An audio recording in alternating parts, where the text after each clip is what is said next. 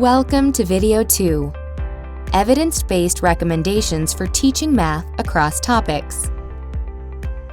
This toolkit is designed to help you use 4 of the evidence-based recommendations from the What Works Clearinghouse Practice Guide, Teaching Math to Young Children. The first recommendation included in the toolkit, Teach Number and Operations Using a Developmental Progression, covers 4 content areas. The key instructional practices associated with this recommendation are the focus of the 4 professional learning modules. You will learn and apply these practices as you progress through the modules.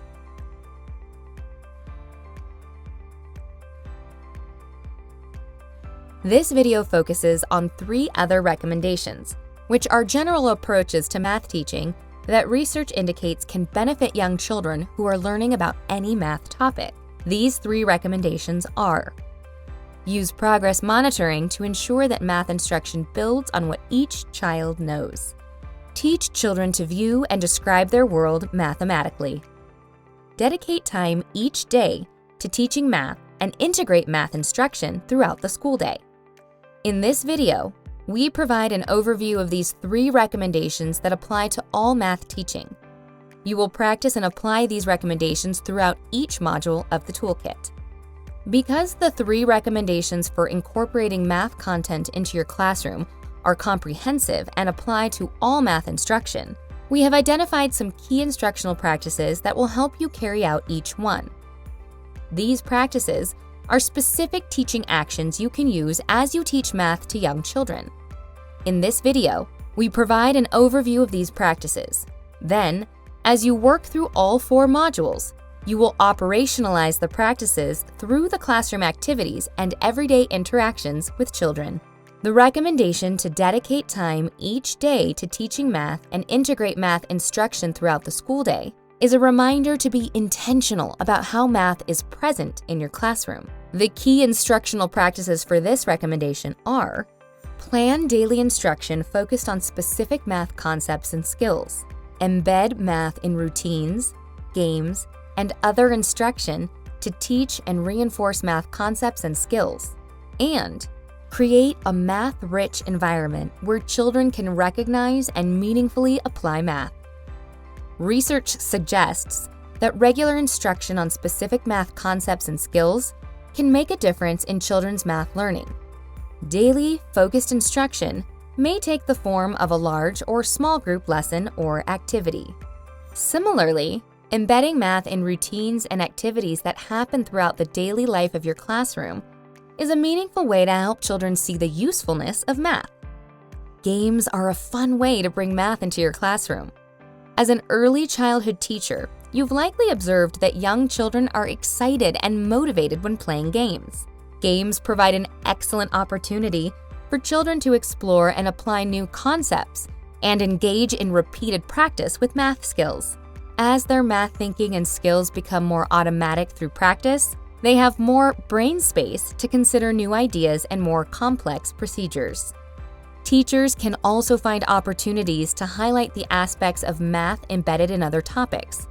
For example, during literacy time, teachers can ask questions that prompt children to practice math skills while reading a story, such as counting objects on a page.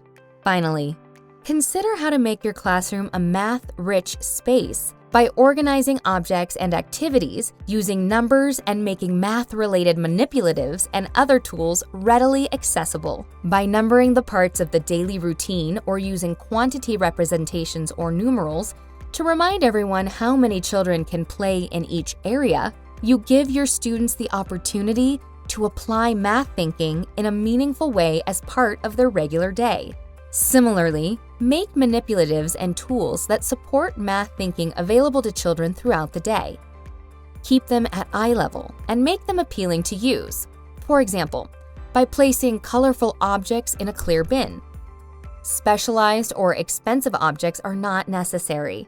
Simple objects, such as blocks that children can count and build with, or puzzles that include quantities and numerals are sufficient. Children can also work with natural materials, such as rocks or acorns. And families are often willing to collect household items, such as bottle caps or buttons, that can be used as counters. Each toolkit module includes small and large group activities, a game, math stories, and ideas for using math in everyday situations. These activities, called Math in Place opportunities, will help you apply the key instructional practices to target essential math skills for young children. Next, we have 2 key instructional practices that will help you carry out the recommendation to use progress monitoring to ensure that math instruction builds on what each child knows. These practices are: gather information on a child's existing knowledge and skills relative to a developmental progression, and tailor instruction to children's learning needs and continuously monitor progress. Combined, these 2 practices represent a cycle of activities that ensure your teaching is targeted, purposeful, and meaningful in moving each child along the developmental progression. To progress monitor effectively, you need to understand how children's math learning typically develops over time and how different math skills build on each other. This is what we mean by a developmental progression. The Number and Operations Developmental Progression provides an overview of how children's math learning develops over time as they grow.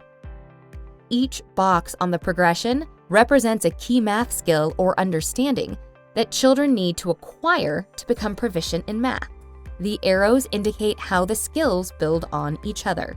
For example, learning how to accurately count a set of items and label how many total items are in the set is a prerequisite for determining which of 2 sets has more items. This in turn supports children with using counting to solve basic problems.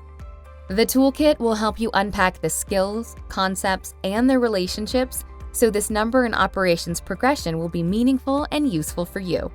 Each module also includes a topic-specific developmental progression that further breaks down the key skills or understandings presented in the number and operations developmental progression.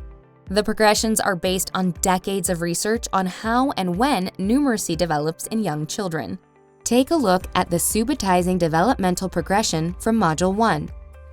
The progression spans ages 2 to 6. The age span of the children in your classroom most likely does not cover this entire range, but it's helpful to know what skills children develop before and after they are in your classroom.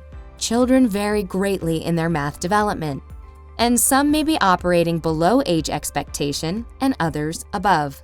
The bands, or bars, in the progression show you the range of ages that a particular skill or understanding is likely to appear. The shading of each band illustrates when most children can demonstrate that skill. For example, some young 3-year-olds, but a majority of older 4-year-olds, can instantly label a set of 4 objects without counting. Once you understand how children's math learning develops, the next step is to gather information about where a child's understanding lies on the developmental progression. You can gather this information through introductory activities, observation, and assessments. The toolkit activities are designed to provide you with lots of information about what each child understands and can do, and the developmental progression helps you relate this to what they should learn next. To ensure instruction is developmentally appropriate as children grow and learn, it is important to monitor progress continuously and adjust instruction as needed. The toolkit will support you to use informal observations to gather information and monitor children's learning. When you use the data you have gathered to adjust your activities, your instruction becomes more focused on children's learning needs. Once you have information about a child's skill level, you can determine what the child is ready to learn next and adjust activities to focus your teaching on the skills that are slightly above the child's current level. To make this cycle work, it's crucial to continuously update your information on children's understanding. Children's learning at these young ages doesn't follow a straight path. They sometimes appear to understand something fully one day, only to appear confused by it the next. The Teacher Learning Journal will prompt you to keep your progress monitoring logbook close by as you engage with children and plan for classroom activities. That way, You can update your assessment and plans for each child as you see new learning develop. Finally, we have the recommendation to teach children to view and describe their world mathematically. The key instructional practices for this recommendation are: use open-ended what, why, and how questions to encourage children to apply their math knowledge. Encourage children to think and talk about math using everyday problem situations. And gradually and explicitly connect children's informal language about math to more formal math language, symbols, and procedures. By intentionally using open-ended questions, you can encourage children to describe their thinking, a difficult but worthwhile task. You can ask questions like, "Why do you think that one has more?" And "How did you figure out that Jordan has 2 less?" To start challenging conversations that will help children reach for and begin to use their growing vocabulary to talk about the math they see and notice. It's important to help children see how the math they are learning about connects directly to the world they experience and know.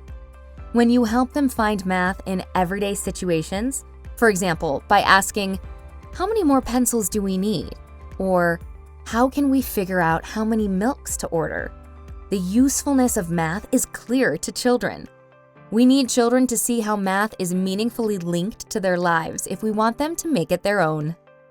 These conversations are also a great way to help connect math ideas to familiar experiences, terms, or analogies. Once children have built conceptual understanding and are comfortable using informal language and representations, teachers can start to connect the informal language children bring with them to more mathematized or formal language. So a child might say, "These are the same," and you might restate, "Yes, these 2 nests have an equal number of eggs." In each module, you'll find ideas for math in place opportunities and suggested language for activities, which will help you to bring these key instructional practices to life. Each module provides professional learning and classroom activities that will help you to put these recommendations into action. By the end of your toolkit experience, the key instructional practices will be a seamless part of your day-to-day interactions with young children. We hope that seeing children excited to experience success in learning new math concepts will be a rewarding experience for you.